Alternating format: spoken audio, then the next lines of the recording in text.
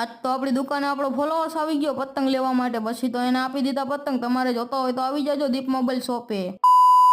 રામ રામ ડાયરા ને આપણા નવા બાકા જીકી વાળા વ્લોગમાં તમારું સ્વાગત છે. આજ તો જવાનું હતું દુકાને, પછી તો આવી ગયા દુકાને.